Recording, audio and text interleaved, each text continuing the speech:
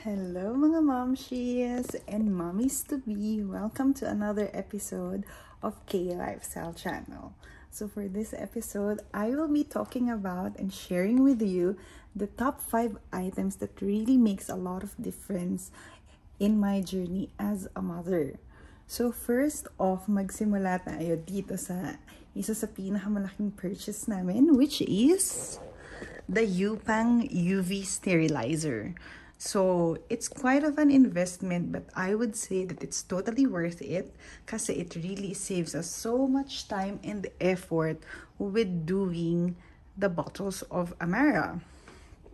So, teka, tabi muna natin yung mga ibang items na i-share ko sa inyo later.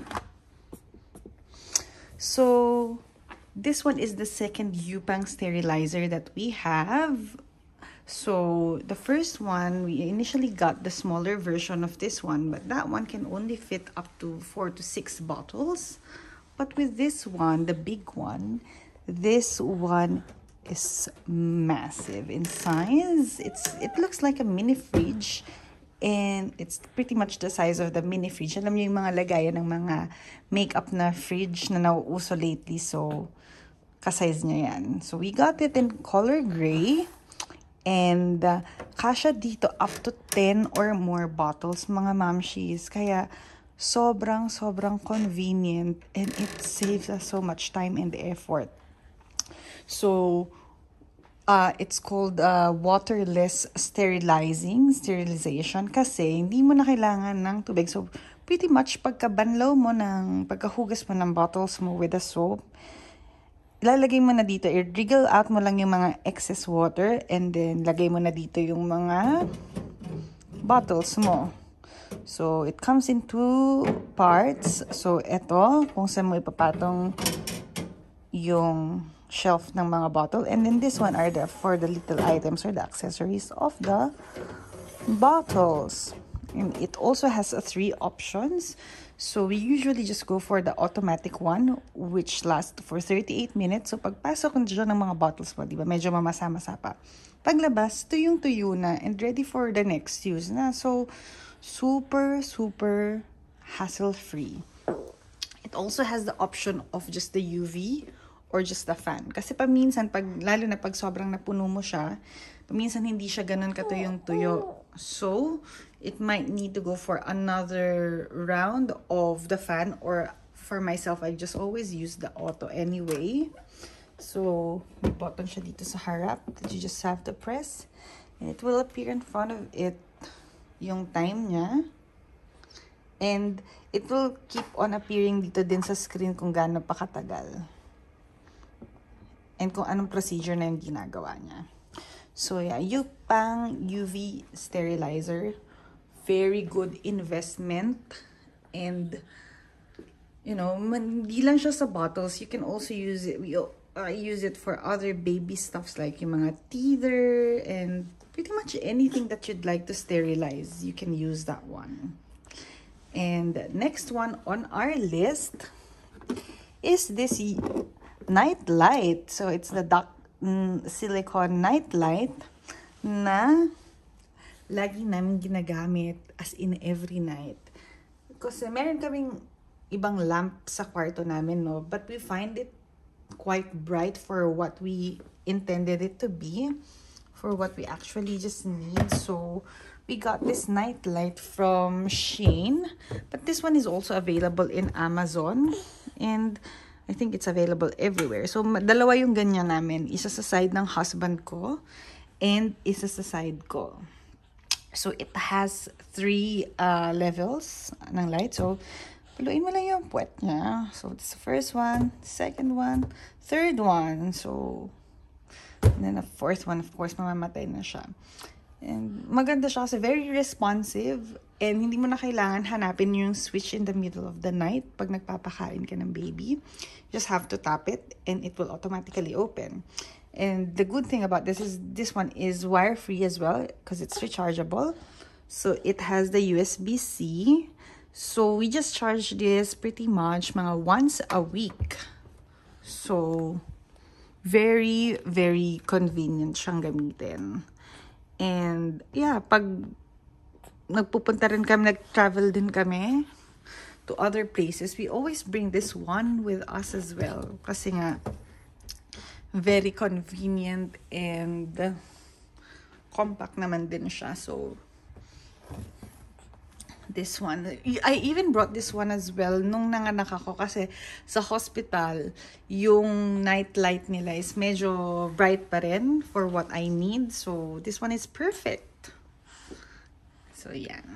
That's the second item on our list.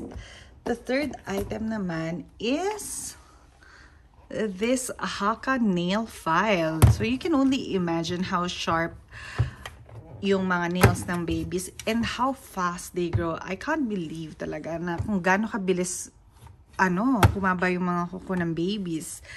Hindi ako maka-keep up. So, before, I was thinking of just putting mittens on Amara's hands para hindi niya ma-scratch yung sarili niya. And also, you know, to prevent the hands from getting cold. Pero it's just too much, you know, na laging nawawala yung mittens, laging nahuhulog. And pag nagtutupi ka na ng labada, lagi mo pang pagtaterteruhin. I just really find it quite time-consuming. And so, when I got this one, I'm talagang game changer. So, I use this one with Amara perhaps mga once a week. So, it comes with different files na nilalagay. So, yan. That's the color coding and the age that they're applicable of. This one, it also comes in 2 colors, so pink and blue, and of course, we got the pink one. And may different levels din siya ng setup, depending kung gaano kalakas mo gusto. So, may ilaw din siya, so that it will be easier for you to see those little nails. And, of course, I like things na may casing. And, this one has it. So, maganda siya, lalo na for storage. Hindi mawawala-wala yung parts. Lagi sila magkakasama. So, yeah. This one is another lifesaver. So, para hindi ma-scratch ni Amara yung face niya. And, for us to avoid using those annoying mittens. Next one on our list is this Frida Booger Picker or Nose Picker. So, again, I like it kasi it comes with a case and it has 4 different options kung ano yung kailangan mong gamitin. So, meron dyan for nails, for ears, but for me, I just really use this one for nose. So, this one, it's a soft plastic. And sakto lang yung haba niya to reach the nose. Hindi siya masyadong, alam niyo, mahaba para matusok yung mga dapat hindi naman dapat matusok. So, yan. The Frida Booger Picker or Nose Picker. And last but not the least is our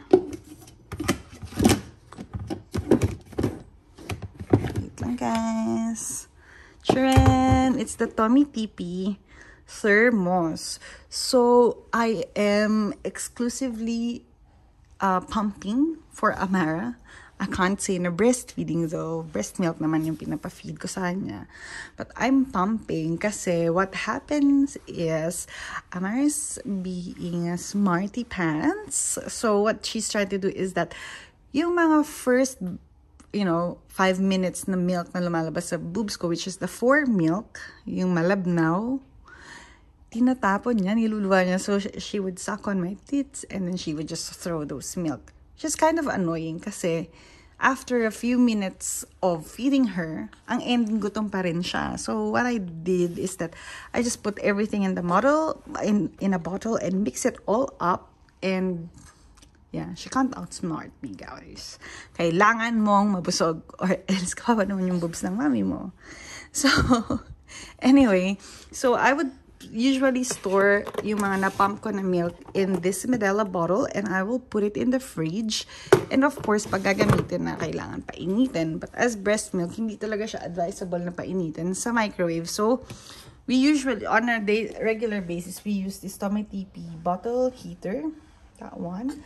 But at nighttime and when we're traveling, I use this thermos. So, ang kinaganda nito ay meron siya nitong, it comes in 2 parts. So, the thermos itself and this plastic container where you would put the bottle inside of this container, pour the hot water in, and yeah, yan na yung heating system mo. And it only takes about 2 to 3 minutes to fully heat up one of the small bottles that we have. And you can pretty much reuse the hot water as well. So you just need to open the lid of this thermos, pour the hot water back in, and yeah, it's good for another use. It's very good kasi mabilis uminit yung milk, lalo na in the middle of the night and when we're traveling. I usually bring this with us wherever we go kasi very convenient and handy siya. So, that's it for our top 5 items that really makes a lot of difference with me in my motherhood or parenthood journey. I will be sharing more of my favorite items, depende sa kung anong classification ba siya sa feeding. So whatever, but we will be sharing it with you on our next videos. This is my little one. Say hello.